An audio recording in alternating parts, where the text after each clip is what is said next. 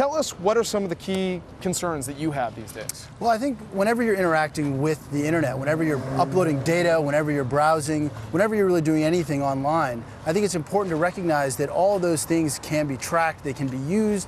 If you're using Google Docs and you're uploading a lot of documents and using documents, if you're using Gmail, if you're using Facebook, anything you use, anything you interact with, any data you give them, they're then potentially going to turn around and use that data to then sell to third parties who are going to know a lot more information about you than you may care to give. And that's the way that they make money. I mean, they're feeling shareholder pressure to take that data in a responsible way and put it to use so that the advertisers that come back to you, the user, are good ones. And a lot of people have grown up with this technology. Let's not forget that, who are used to every day having to know that privacy issues are a reality for them. How many of you think are really that concerned about it? Well, again, I don't know the exact number, and I think it's not really a problem with how they are conducting business. I think the way they're doing their business is fine. I think it's more of an issue of transparency.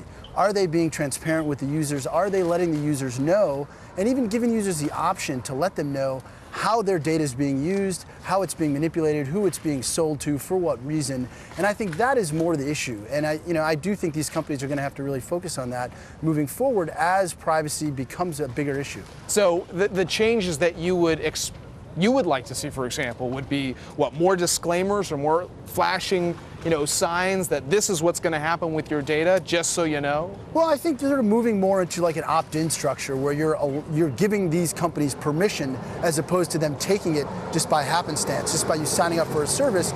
You're not really reading through all of their terms and agreements. You're not really understanding what it is you're signing up for.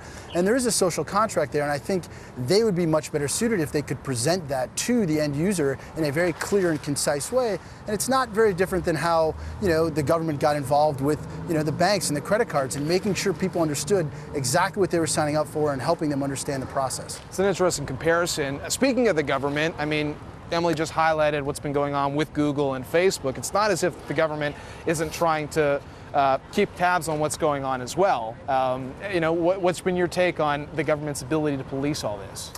Well, it's an interesting question, and certainly the government, from a standpoint of just providing security for our country, there are certain things that they do, and the Patriot Act is scary in its own way. But in terms of the government being able to get out in front of helping or providing other companies the ability to help them go through this process of understanding privacy, I think they don't want to get in the way of telling them how they have to do their business, but I think they can get in front of saying, look, companies, if you're going to do this, I think you owe it to these end users, to these customers, to tell them what it is you're doing, how it is you're doing it. And I think the fact that you're finding a lot of these larger companies are moving out to K Street, they're setting up these lobbying firms, I think they're realizing that it's possible the government is going to get in the way of some of these things that they're doing. And I think it's an interesting trend that you're starting to see happen in Washington. Well, on the lobbying side, before we go, is that something that you see ultimately being their opportunity to sort of keep the government away, or you think they're actually doing it so they can have a foot in the room and to have their say in the process? I don't know. It's a really good question, and I think they're certainly making sure that they are in the conversation firmly. But like you said, I think all these companies are facing a lot of shareholder pressure, and they are going to have to make sure that they are able to conduct business the way they want to and the way they feel they have to in order to show continued earnings quarter to quarter. All right, Ethan, thanks for your time. Thank you. Ethan Oberman of SpiderOak. Emily, will send it back to you.